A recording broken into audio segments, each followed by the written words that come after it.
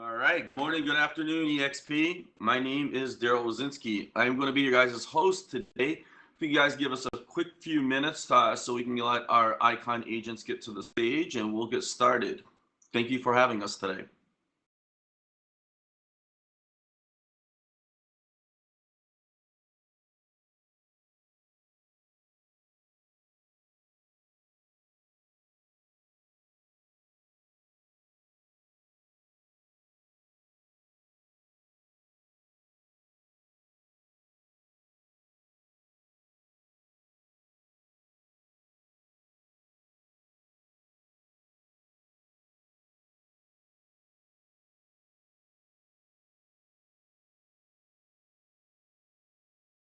Good morning, Daryl.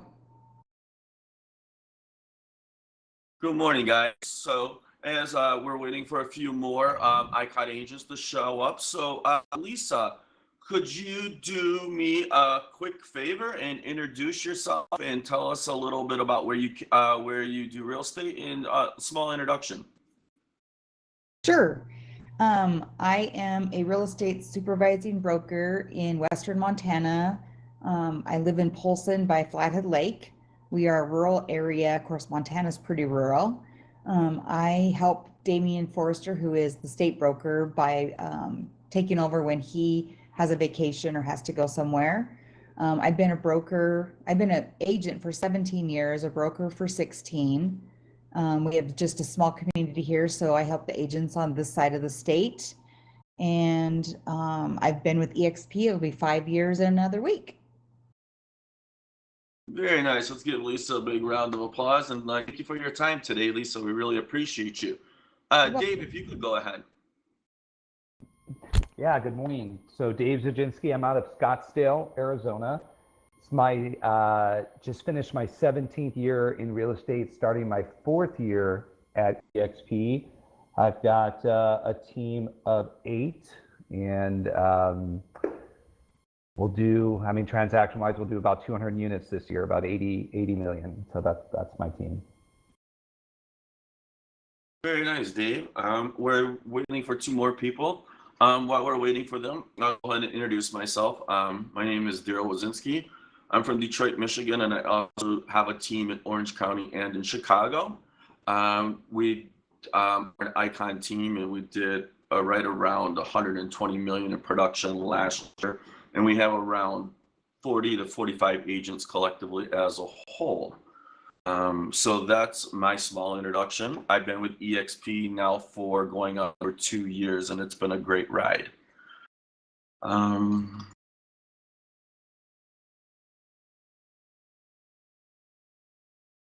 we'll just jump right into it. Dave, go ahead. What is one of the biggest challenges that you're facing on your team, having a team in today's market? Yeah, it's a two-part problem really, but it's one issue, but it's two parts. And for me, it is agents and agent burnout. So it's hard to be an agent right now, especially working with buyers, right? With how challenging the market is. So my current agents, I think, are in burnout just with how tough it is, and getting, so for me, getting new agents to help them with that. And so it's just been, and I know that's not necessarily a problem for most realtors, but for me on the team, but I do think burnout is something that we're all going to experience right now. I mean, having done this 17 years, this is the hardest market I've ever seen to get somebody into escrow, to get them across the finish line. And so I just don't know how aware we are of the taxing that we're all going through right now. So I think that's our biggest challenge, is keeping everybody motivated and keeping our buyers from getting into that buyer fatigue. I would totally agree with you with that. Lisa, what is one of the biggest problems that is your biggest challenges currently? I would have to agree. I think agent burnout, it seems like people looking in think that this is an easy thing to do. But, finding those listings, keeping things going for yourself, keeping your business upright, I think that scares agents, so they get a little bit of anxiety. So just keeping them in the flow, keeping them excited, actually I try to hold monthly meetings just locally so that we can get together and just encourage each other and have bits of um, just tidbits of information just to keep them going in our market, because our market's very different here. It's very sparse and it's hard to keep your head afloat when there's nothing to sell. So I think that's between anxiety and burnout, and I think that's where mine is. Lisa and Dave, you guys both mentioned agent burnout, and that could be procurement of getting buyers offers accepted, acquiring listings. Would either one of you guys like to share for the crowd and the group today? What are you guys doing as a whole to, acquire listings in a crazy market like this, where listing inventory is probably the worst it's ever been?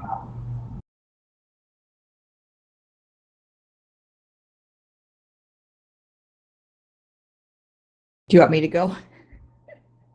Yeah, go ahead, Lisa. Yeah, sorry. Oh, okay. Um, honestly, I don't really know how to answer that. I'm trying to think of how, maybe Dave should go first. I'm trying to figure out how to answer that correctly.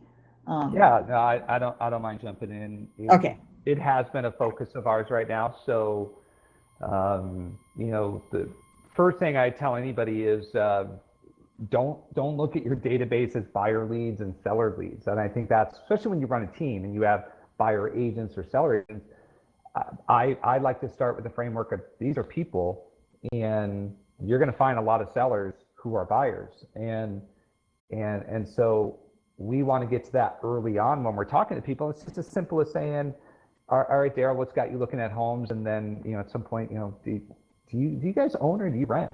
And you'll be surprised how many people are going to be sellers inside your quote unquote buyer leads, especially if you lead generate like internet leads. So just put on the hat that everybody is a person and needs to be, it could be a seller. But what we're doing specifically beyond that, so that's just a general framework always that we want to have. But beyond that, right now, we are really soliciting for cash offers. So in Arizona, in Scottsdale, we are bombarded with the big iBuyers, Open Door, OfferPad, Zillow.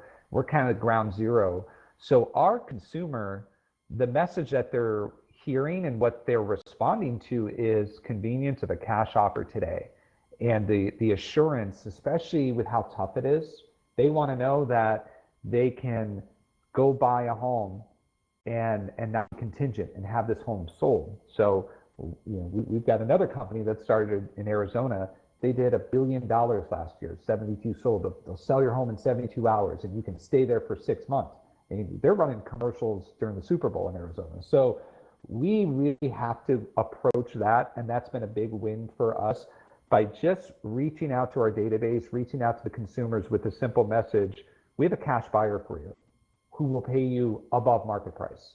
And, they don't want to hear a lowball offer. They don't want to hear we're going to gouge you on price. And we are able, like with express offers through EXP or other resources, we're able to get our sellers who want to be buyers a very, very, very competitive offer and give them that convenience. That message is really responding. Not, I want to list your home, I'm the greatest realtor in your neighborhood. It's, if you knew your home was sold for the price you wanted and you can do one move, would you want to become a buyer? And there's a lot of people that are coming out that say, yeah, we would like to move, but we just have been told it's so difficult to do. So we are getting listings with that message. And we can do the cash offers, but if they want to list, we've got a way to be able to make them buy and sell. So I think that's moving forward. If you want to be relevant in the space of real estate, you've got to show your clients with confidence they can do one transaction, one buy, one sell, no double move. And if you don't know how to solve that problem, you need to get with a realtor in your area or an EXP realtor that knows how to do that. And you're going to win a lot of listings when you can say, we can do this in one complete move. So that message is really winning for us.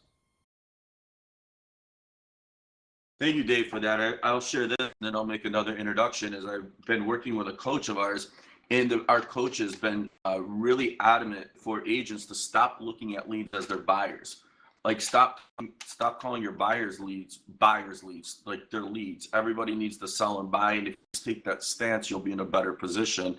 and you kind of back that up. So everybody's just been focused on, well, these are buyers leads, and they get frustrated, and then they can't get them under contract. So we've been taught the same thing too through our coaching, that look, everybody's a seller. Just keep that mindset, and you'll get a lot more inventory. And that ultimately led to like 22 listings in less than 3 weeks in a market like this. I would like to take a chance and let Sarah introduce herself. Sarah, go ahead and introduce yourself to the group. Yes, thank you. Good morning. My name is Sarah Gibson. I am a two-time icon. I've been with EXP coming on 2 years this October. Prior to that, I had my own brokerage. I had been with a franchise when I first got my license, but soon went independent. I have a team with 2 agents that one is a full-time assistant, but she's also licensed, and the other is a part-time assistant, and she's also licensed. We do about, I did about 105 transactions myself last year, and they helped coordinate and market those listings and sales.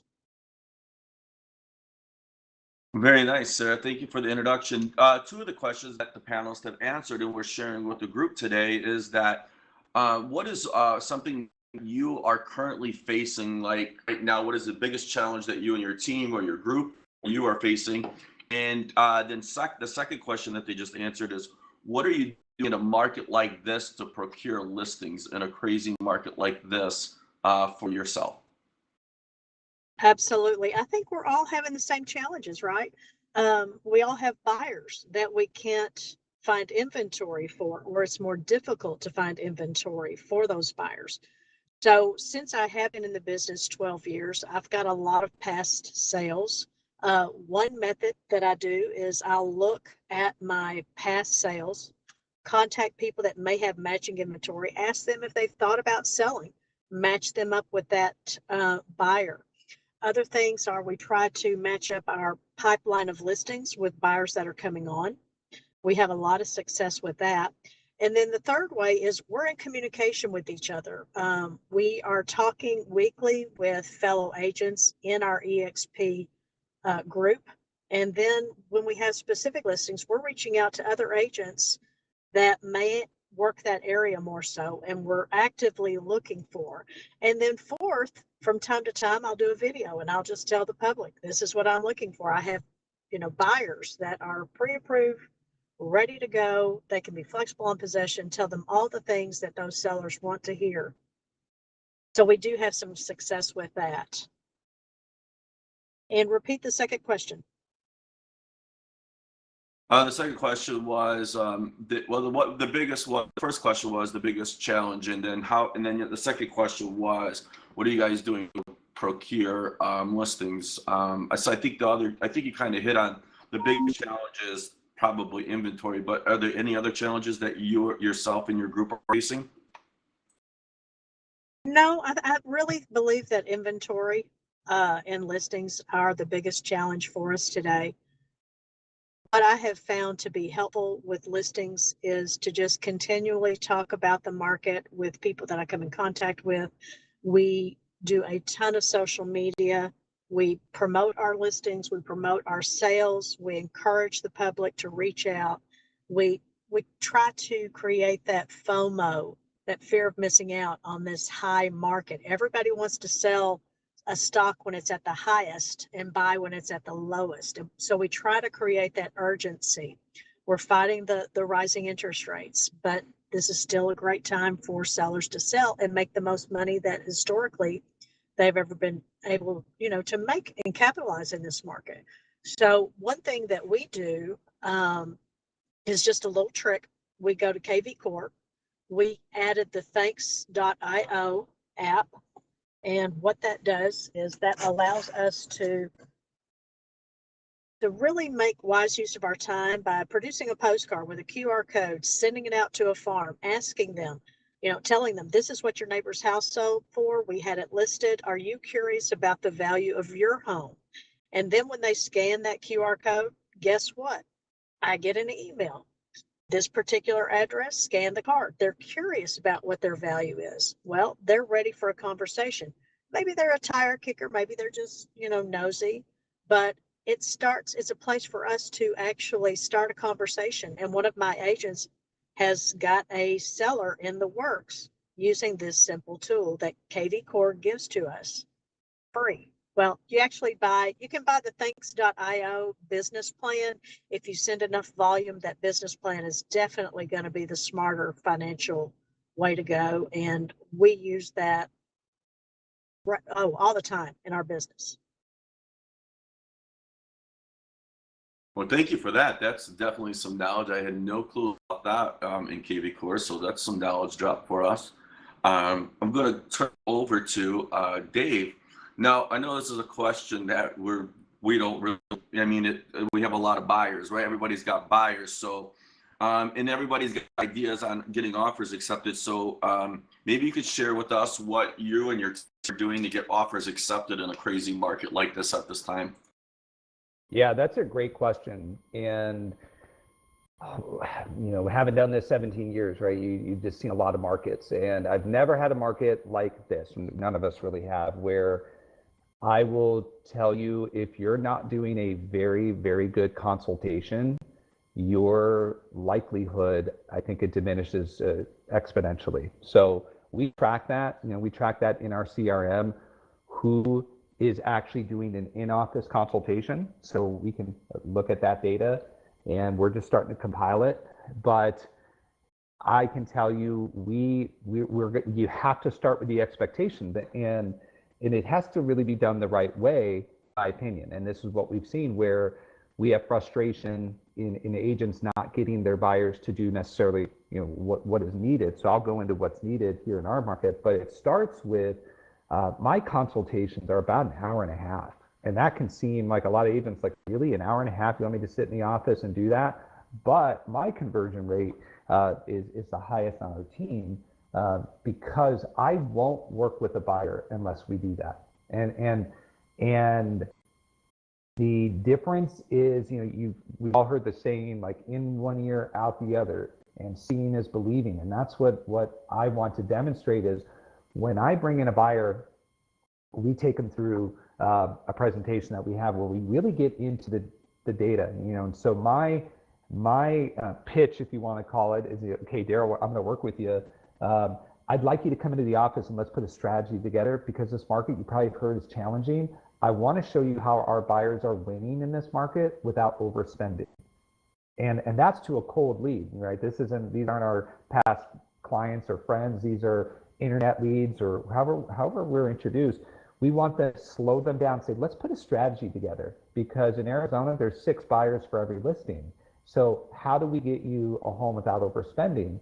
That converts really well. So then we get them in the office, take them through our normal buyer presentation, but then we're going to break down actually how to write an offer. Like, I have my clients, my new buyer clients, write an offer. And so I'll pull up a spreadsheet of what we do for our listings. Say, look, here, Daryl, here's the last listing that we sold, had 17 offers. And we'll go through what the competition is doing. And then I have them write an offer. And they have to have that ownership, where they actually are not hearing from their realtor in the driveway, oh, we need to offer 30 grand over, we need to waive the appraisal. That just doesn't work. But once you have somebody self-discover that, and it's their idea, you're going to have a successful buyer. So I'll have them write it out, from their earnest deposit to how much they're waiving, what contingencies they're giving up. And I'll say, Daryl, you're going to be a buyer. You're going to be a successful homeowner. If we do the strategy, you're going to own a home. And now our expectations are set. They know what to do. And now pivoting to the strategy. So that's part one. If you don't set that stage, and I just did a consultation 2 days ago where the couple said, we were able to identify in our market with data that we use, say, listen, for your home that you're looking at, the median over list price was $36,000 in your price point, in your zip code. And they said, so maybe we should lower our search criteria by 40,000. That was their idea, to say, let's look at homes 40 grand under our budget then. That way we know what we're expecting. And so I won't work with a buyer who won't do that because it's just going to be too difficult. And then secondly, what we're actually doing, and every state's a little bit different, but in Arizona, we can do escalation clauses. And so I'll just give you the components of a winning offer. We do higher earnest. We do a unlimited escalation. So I was a poker player, and if you tell somebody I'll give you $5,000 more than your $500,000 listing, but I'll cap it at 520, you're kind of tipping your hand. What we do is we just say on your $500,000 listing, we'll beat any other offer by $10,000. And the listing agent will call me and say, well, up to what amount? It doesn't matter. Like, we'll go as high as possible. So my proposition to my buyers is I will get you the first right of refusal on any home. Now, you may not like it, Daryl. Like, you might come back and say, that's crazy, I'm not spending that. Well, that's okay. Let's at least find out what it's going to take to win the offer. So now we're going to write it unlimited escalation, and then we're going to waive the appraisal. And if you can't waive the appraisal, then we're going to rush it on day one and get it ordered day one while we're still in the inspection period. And so those are the things, at least in Scottsdale, what we have to do. But my mindset, and I want my buyer's mindset, is to be number one on every offer. You decide if you don't want it. And sometimes we've had buyers have to do that 4 times, 5 times, and they realize, okay, on a $300,000 house, it goes to $400,000. We weren't ready for that, but they're not waiting 30 days. They're not waiting a month to find out why they lost it. They know in real time that what it's going to take. And then that conversation goes back to, is this the market you want to be in? Do you want to do what it takes? And we believe in home ownership. We believe in what's happening with the inflation, and that it's a good thing. I'm buying houses. So I tell people, look, I'm buying houses. I want my money in real estate. So that combination of the consultation and then building out kind of a bulletproof offer as to get that call back from the listing agent has been extremely successful for us. But my agents who don't do the in-office consultations, they don't get the same conversion because their buyers are resistant to do what it takes. How many of you guys just took something away from Dave? The whole fact of having the client write an offer before they even actually go out and look at homes, that's pretty strong. And what I just took away from you, Dave, is actually presenting offers, showing offers to your potential buyers that are coming in on your listings. Those are 2 strong points that I never thought of before in this industry. Then you know if you're working with a buyer who is willing to do what it takes. Thanks for that information, Dave. That was definitely enlightening. Yeah, you bet. Lisa, what would you like to share with us that you are doing when it comes to working with buyers in this crazy market? Well, we actually can use escalation clauses here. I've never thought of the way Dave does it, which is actually very interesting, but the escalation clauses do help us here. I also have, I actually talk to my buyers about which things that they don't want to do, whether it's to waive the appraisal or waive the inspection, although it scares me a little bit to do that. So I guess my market is a little different, and maybe I'm just not quite so bold because I'm scared to let them do that and then that come back. And mostly, honestly, I work with sellers. I do more listings. I'm more on the listing side of things. So I've seen a ton of, love letters come in and stuff, which our MLS is trying to stop. So we actually are just kind of on the brink of which way to go. It's kind of a crazy world out here because our MLS is trying to change things on us. So I guess I don't have a clear-cut answer like Dave does. Sorry. No worries. We're all here to learn. We got 150 people in the room that we're all learning from, and we'll take some Q&A shortly. Sarah, what are you doing in a crazy market, or your people definitely working with buyers because it's insane in today's market? Yes. So to get first thing, a first-time home buyer, totally different from any other buyer. So what I really focus on doing is, number one, understanding what they're looking for, asking questions. You'll have a buyer that says, well, I want a 3-bedroom, 2-bath, and I want some land with it. Maybe they're coming from Chicago or a big city, and their definition of some land with it might be a half-acre lot, where my definition of land might be 10 acres. So really getting into conversation with that buyer, asking them, okay, you tell me you want land with that. What does that look like to you? Why do you want land? Are you planning to garden? Do you want to have a horse? Do you want pets? Tell me what that land looks like to you. And oftentimes they'll reveal to you really what they're wanting is just some privacy, or they want a little elbow room around the house. They don't want houses right on top of them. So once you get that clear vision of what it is they're looking for, then we know how to help them. Secondly, we don't show buyers until they're pre-approved. Everybody does this, I hope, but there may be some new agents out there that really don't understand the value of getting your buyer pre-approved. Understand as an agent, are they pre-approved or are they pre-qualified? Pre-qualified, they've simply gotten their credit pulled. They've told the lender their income and expenses. Pre-approved, that lender has actually reviewed their financial documents and knows if there's going to be any issues with getting them fully approved on the property.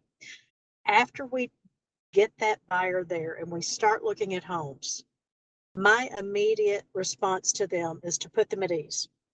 We're probably not going to buy a home today unless you know for a fact that this is the one that they want.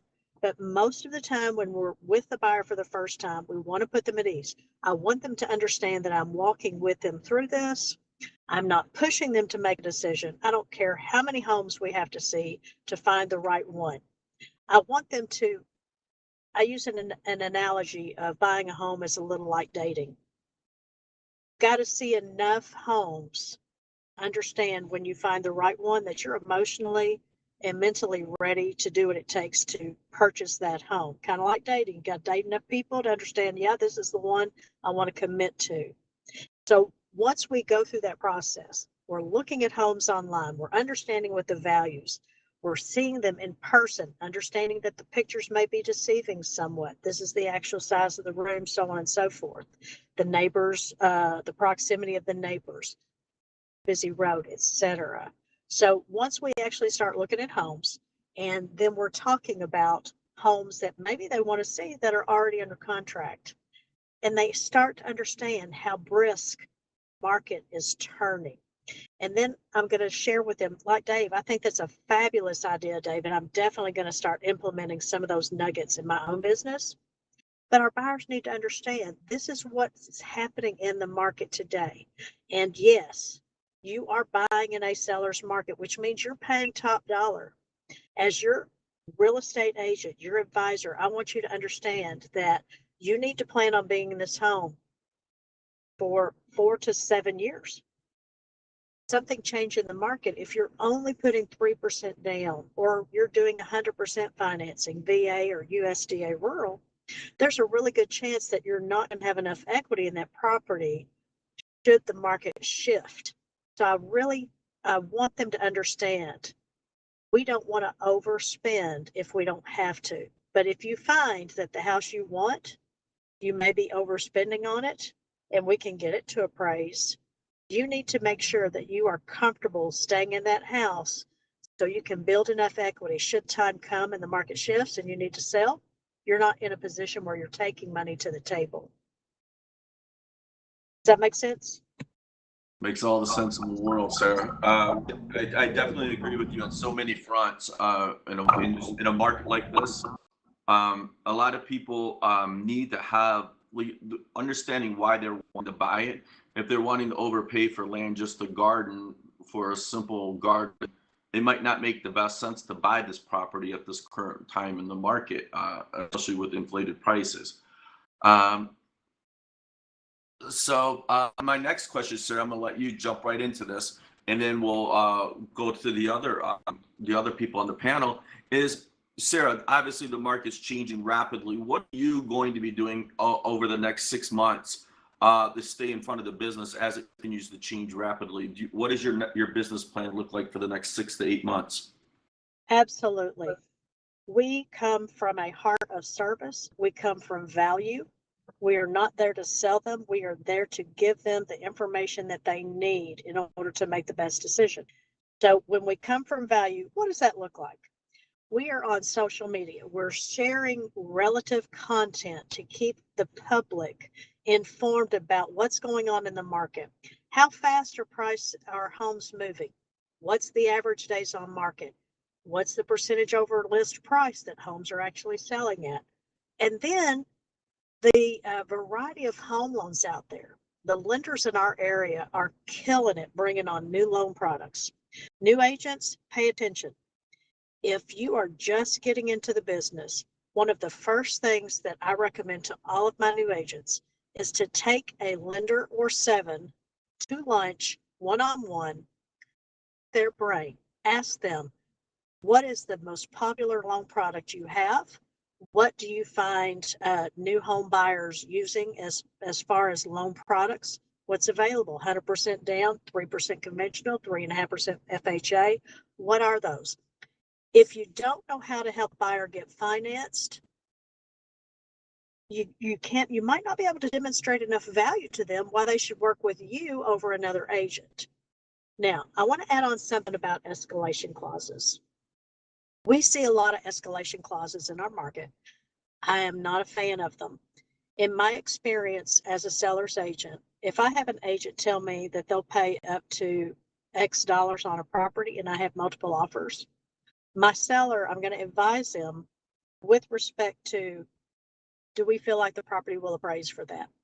In our market, we don't see a lot of appraisal contingencies being removed. That is a real consideration for us. So what I'm going to say to that seller is, Mr. Seller, they've already told us that they love your house enough to write an offer on it. And they're telling us that they're going to go up to this price for your house. Makes sense to me to go ahead and counter back to that particular buyer and say, hey, we like everything about your offer. We're willing to sign a contract with you today at the price of blank, whatever that price is that they've told us that they can escalate, period. There are no rules in escalation clauses unless the seller signs the escalation clause agreeing to play by those rules. So that's my thoughts on escalation clauses. I know everybody has different experiences with them. Thank you, Sarah, so much for that. Dave, the same question applies to you.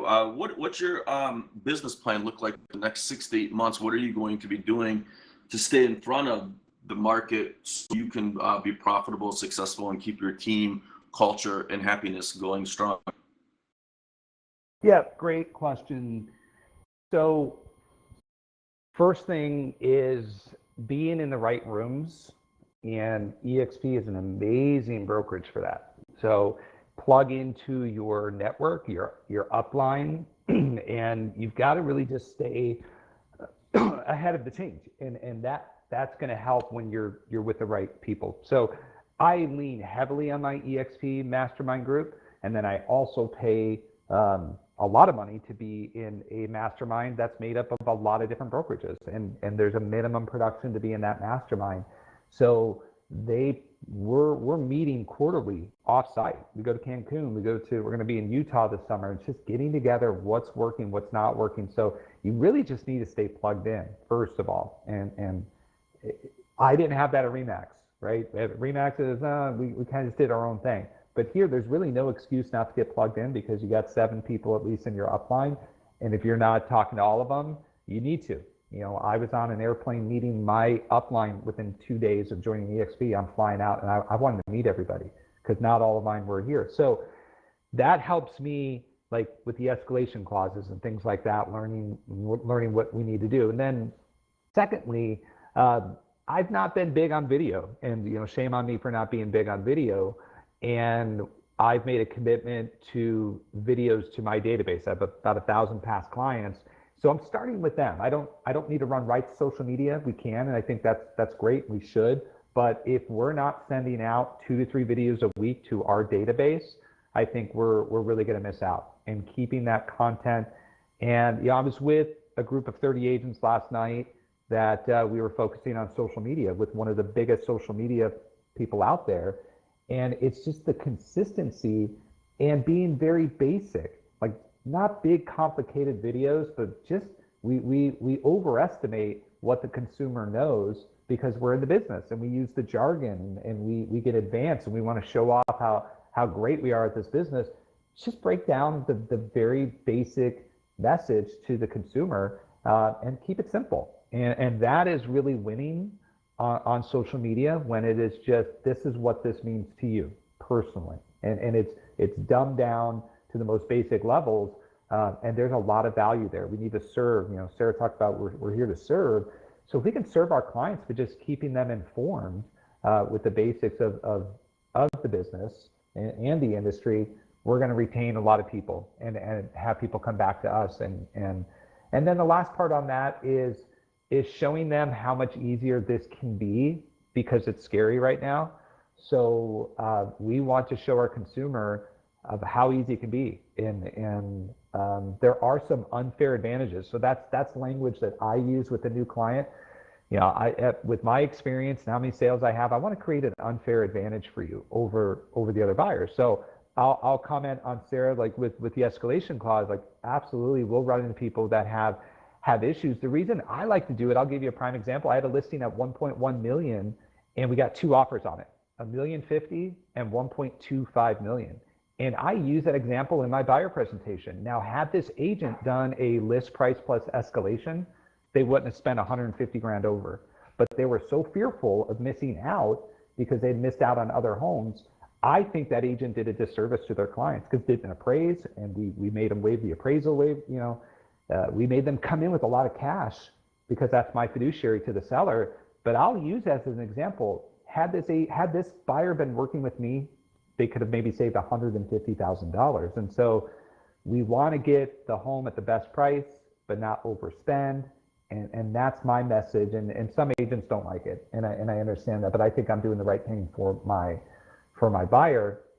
But just communicating to our clients that we can actually turn you into a cash buyer. We can get you into this home. We can do a dual closing and breaking that down and keeping it simple for them. So you've got to be on your game. Like Sarah said, you've got to learn the financing and the lenders. And so I'm just trying to plug into every vendor and relationship to learn how to create an advantage for my clients. And so we're now turning our buyers into cash buyers, and they get a loan after closing. My 2 biggest lenders have both reached out to me and say, where have you gone?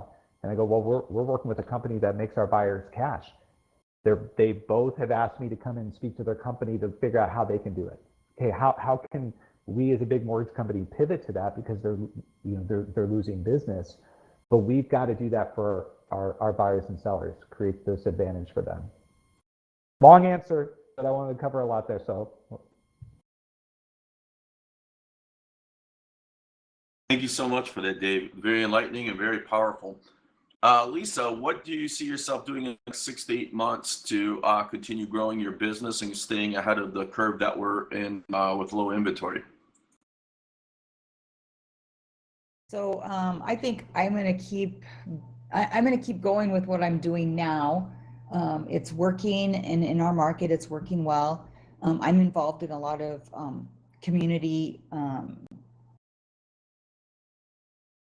groups. I mean, I go to the chamber. I'm part of the chamber. I attend their functions. I attend the city meetings. I'm on a committee at the city. I organize monthly. I organize agents to get together in my office, and I bring a speaker in, whether it's a lender, a CPA, somebody to just talk to them for 20 minutes about something about our business or about their businesses individually, just to keep building them up, keeping the rapport there. I feel like I just have to keep in the public eye here, because we are rural. They need to see that I'm part of this community, I'm part of this area, and that's how I get my listings. So I've been successful at that in my world. And just to keep encouraging my agents. My other thing is I do want to build my business as far as getting more agents to come on board. So I'm working that too. So I invite those folks in, try to get them to come to different meetings, try to meet with them, visit, see what they need, what their wants are, what they're looking for their future, tell them about what I see. So that's kind of, it's working right now for me. And I know it's the same old school thing, but that's kind of what's working in my community because it's small and it is a retirement community. So just a different, it's a different protocol. The people coming in here are moving from out of state. So, we do have that as well, which is where KB Core and all of our social media and everything comes in. And I do that as well. But I'm just going to keep going with what I'm doing. And it's working, and so far, so good. Daryl, Tim Feebick here. I got here a little bit late. Sorry, what was that? Tim Feebick here. I got here just a little bit late. I was in the wrong hall. No worry, Tim. Go ahead and introduce yourself to the group. And Tim is one of our ICON panelists also. Tim, go ahead and introduce yourself. Tim Feebick from the Bay Area of California. Glad to be here. Thank you, Daryl. All right, Tim. Let us know, do you have a team? What was your production? How long you been at EXP? And what is one of your biggest problems that you're facing in the real estate industry currently? I've been with EXP. I'm going on my fourth. I'll finish my fourth cap in about a month. I'm going on my fifth. And I have one licensed associate who speaks Chinese. So we concentrate on international people, clients, as well as assistants that help with the paperwork and transactions and other social media stuff. So my biggest challenge is, I guess just doing more, but keeping it, I kind of want to keep a small team, more assistants. I'd rather be selling real estate and taking listings than training agents. I've been approached, but I with had to be my biggest challenge. And then my gross GCI last year was 792. Just me and one other licensed associate. That's strong. It's very strong. I would like to go ahead and open the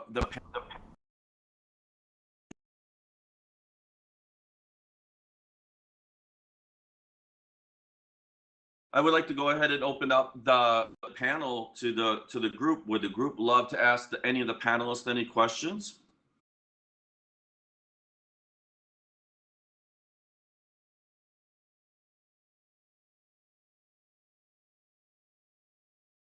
Don't be shy. We're here to answer questions. Love to hear what's on your mind. Explain again why she's not like escalation clauses. Melissa, can you repeat the question? You said something about escalation clauses? Yes, one of the panelists said that she really doesn't like to use escalation clauses, and I was trying to understand that. I was wondering if she'd repeat that for us. Yeah, sure, Melissa. So as a seller's agent, when I get an escalation clause, I love them. I love that that the buyer wants to tell me, hey, we want to buy the house and we'll go up to this amount. Fabulous. You've just told me how much you're willing to pay. For a competitive market, I might say to my seller, why don't you go ahead and counter this person back and just, if they're willing to pay, 200,000, maybe they'd pay 205. Counter them back at 205 or counter back at 200. The key to that conversation is knowing your values and understanding if you truly believe the property will appraise at that value, right? So the reason I don't like escalation clauses as a buyer's agent is I believe it totally shows your hand. Now, after listening to Dave talk about his use of them, I think that there might be an instance when I would be inclined to use an open-ended escalation clause and just say, you know what, we're willing to go X thousands over your highest offer and not give it a cap. Now, when you do that, it forces seller to show you that highest offer. They've got to show it so they know, so you know that this is the amount. Now, Does that keep that seller from countering you back at a different price? No, it does not. So when you use an escalation clause, fully understand that just because your buyer wants to play by those rules, that seller does not. That seller can counter back to any of those offers at any price that they want to. The escalation clause, in my opinion, most of the time just shows their hand. And does that answer your question, Melissa? Yes, it does. Thank you so much. Eric, Yeah, I think you had a question. Yes, I have a question for Dave. This is Ashley from Annapolis, Maryland. My question is, what advice would you give to an agent, a new agent that wants to farm a particular area, but feels a little intimidated because there is another agent from another brokerage that kind of has the monopoly share? Would you encourage an agent to farm that area or to pick a different area? that's a good question. I will tell you in my coaching, and I've worked with some of the biggest farmers, Dan Beer out in San Diego, Kenny Klaus in Arizona. These are people that farm 20, 30, 40,000 people a month. If an agent has a 10% market share, which you should be able to find out in your MLS or go to your escrow company, don't do it. Like the mind share has already been established, and to try to knock off somebody who is taking 10% of that market share, it's just going to be wasted dollars. You're really going to have a hard time getting in there. There's better opportunities elsewhere. So start with that data, and I would run away from an agent with that kind of a market share. Now, if it's 1%, 2%, you just got to get really clear on the data. But you're going to be spending a lot of money, and farming's going to take you a good 12 months to get a good ROI. So that's a lot of money that you got to be willing to pony up. And if you're Burger King tried to knock off McDonald's and they couldn't, and it's just going to be the same thing. Thank you. I have something to add if you don't mind, Daryl. Go ahead. I've coached some of the people in my underline, EXP thing, and one guy was selling 4 homes a year, and he's frustrated, and I think everyone should sell 20 homes their first year, and so I was like, you need to get out there and do it, and he's like, well, what's one of the biggest return on investments? And I told him, like David was talking about, farming. He goes, well, I don't got the money to farm. I go, well, this is what you do. You got a home printer? He goes, yeah. You make flyers at home, and you go by hand every single day, and you pick at least 1,000, maybe 2,000 is even better, and then you door knock once a month or once every 6 weeks. And he did that. So he actually probably delivered flyers 3 times a month, door knocked probably about 6 or 8 times to the farm the first year, and sold 20 homes that year, most of them in his farm. No, that is strong. That is solid. I would like to share some information too. We have somebody that we have hired in our company. The whole job is to walk around and insert business cards in people's doors, and with a post-it note, handwritten post-it note, says, "Call me about your house." And this in return is another way. It doesn't cost a lot of money. You buy a box of business cards, a box of post-it notes. So this is something that we're doing too. If you don't necessarily have the money to pay somebody to farm consistently, you could do it yourself. If you have kids, take your kids on the weekends and do it. And now most people would want, we've come to find out that agents are doing this in every area. And I think Dave just hit the nail on the head and said, like, pick an area that nobody's in and own it, take over it, and be consistent, right? So that's just something that we're doing. I see somebody has their hand up. Go ahead.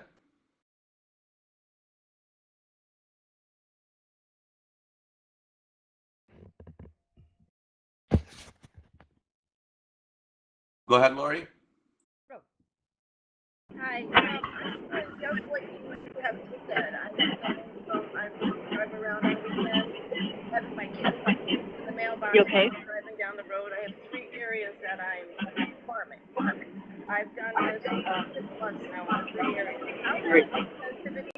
return? Maybe you need to tell me. Hey, Lori. Lori and Corey. Corey, could you mute yourself? And Lori, could you repeat your question?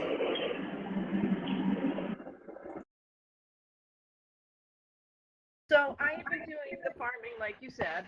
I've done going on my third round of putting things in mailboxes over the last 4 months to 6 months. I started in July. I'm actually waiting for orders of flower seeds to come in and put them in the mailboxes. Going around to neighborhoods, my kids, my husband, we're putting them in the mailboxes ourselves. So I have 3 areas I'm marketing to. What is a typical return on doing that? Am I too much time in between, or is it just that the market is tough and it takes longer for a return on what I'm doing? I have an answer. Go ahead, the panelists to answer this. I think that you have to have a call to action. There has to be a reason why they call you. Otherwise, you're just branding, and branding just means you're getting them to know your name and face, which takes 12 months or longer. Now, if you have a call to action, something that makes them call you, I mean, everyone uses free market analysis or free comps, but, maybe something like call me for a 15-minute strategic consultation on how to sell your home for the most money, no obligation. Something, offbeat that no one else is using. I just made that up, and I actually have used that in the past. But you have to have a call to action and then you'll get it much, much faster. Okay, thank you. I would like to share something that's pretty costly, but an option. If you made a flyer, and again, you got to keep it simple. People don't want to look at a bunch of stuff. Look at all the junk mail you get in your box. Something that says something very small and says, "I will pay you I will pay you $50 for a seller's consultation. I will pay you $25 for a seller's consultation." And that also works, right? Imagine that if you paid somebody $100 and you had to pay $700. And imagine you just picked up 3 listings and 3 listings at 300,000 at 3%. That's $9,000. That costs you $700. Though you have to be very consistent on follow-up, and we use many pieces of technology. Though that's another piece that we use is we actually pay seller for a seller's consultation for a call to action. Thank you. I do have a flyer that I just had created. It says, let's get together for a cup of coffee. I'm trying to think what it said. My daughter's in graphic design and she created it for me. So I think, is that similar to what you're saying? Something like that? And we can talk about selling your home? Well, I'm paying them $25, $50, or $100 to let me in their house. So at the end of the day, if they let me in the house, that means they must trust me in some form, and they're going to listen to me. And if they scheduled that consultation to collect that money, likelihood is some people are going to just take the money, yes, right? Though most people who are going to schedule that consultation they have some kind of interest in motivation or a condition. That condition is something that is going to cause them to move. At some point, that condition will become strong enough where the motivation makes them move. And if you pay them to get into their house, they're going to trust you, and you're able to find their timeline on motivation and go from there. Now, I'm not saying a cup of coffee won't work, right? But if you offer me a cup of coffee, I don't drink coffee. But if you offer me $100 to come to my house and tell me what else is worth, I may listen a little bit more. Again, this is just my 2 cents. Just like Dave, I spend a lot of money on personal coaching and growth. And this is something that I've learned in coaching and I'm sharing with you guys. So if that helps answer your question. It does. I would suggest on the coffee thing, maybe you say, and I'll bring it to you. Pick your favorite coffee from your favorite place, and I'll bring it to you, and we'll spend 10 minutes together. So we're going to wrap up. I know we're running over. So Lisa, any last words for anybody in the group or for the panelists? So I love what's being said, and I actually learned some things today. So I just appreciate so much being on these panels and learning. My big thing for especially new agents is just prioritize your day, take some alone time, get your day organized before you start, have a plan of action, have a plan of what you're going to do for the day, because that will keep you motivated and keep you going forward. And remember that every single day you have to look in the mirror and you have to live with what you've did for people or against people. So you want to be for those people. You want to have good ethics so that your real estate career just continues to soar and you represent yourself every single day, as well as this company and your family. Dave, go ahead. Last words. Absolutely. So, yeah, my advice is get good at one thing, is my opinion. I think anybody I know that sold a lot of houses got really good at something. Like Tim shared the example of that agent selling 20 some homes. Put your nose down and perfect something before you move on to something else. Get good. You know, there's the saying, there's riches and niches. Just pick something you resonate with: door knocking, cold calling, internet, video, but become a master at it. And then once that plate is spinning, start spinning another plate. But I think there's so many shiny objects and, oh, I heard this and I heard that. Just resonate with something and be the best at it before you move on. That's my advice. Sarah, last words. Awesome. Okay. Farming is kind of like shotgun approach, right? I want you to think about trying this. Have you ever noticed when one house comes on the market, typically two others in that neighborhood come on the market? Well, start paying attention to that, because it really does happen. What I've told my new agents to do is, if you want to farm, let's farm a little more laser focused. When you see a house that comes on the market, you immediately start farming that neighborhood, door knocking it, and see if you can't capture the other two sellers that are thinking about selling. Same thing when a house sells. Hit that neighborhood again. See if those sellers are ready to sell. And that way you're focusing your efforts on maybe a higher chance of somebody getting ready to list. Because if you'll pay attention, when one house comes on the market in a neighborhood, at least two others follow suit. And then lastly, definitely totally agree with Dave.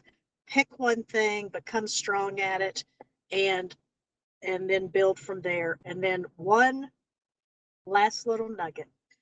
If you're a new agent and you're trying to build your business, when you're farming, picking that neighborhood, take one home a day. One home a day, do a market analysis, either drop it off, hand deliver it, and let them know with a preface that I've not been inside your home. This is based upon the information that I have available to you. Your price could be much greater. Would you like for me to do a full market analysis for you? So when you give them something of value, they're more likely to be open to having a conversation with you. Any other questions about Thanks.io or KV Core, feel free to message me at Workplace. Thank you so much, Sarah. And finally, any last words? Yes, I do.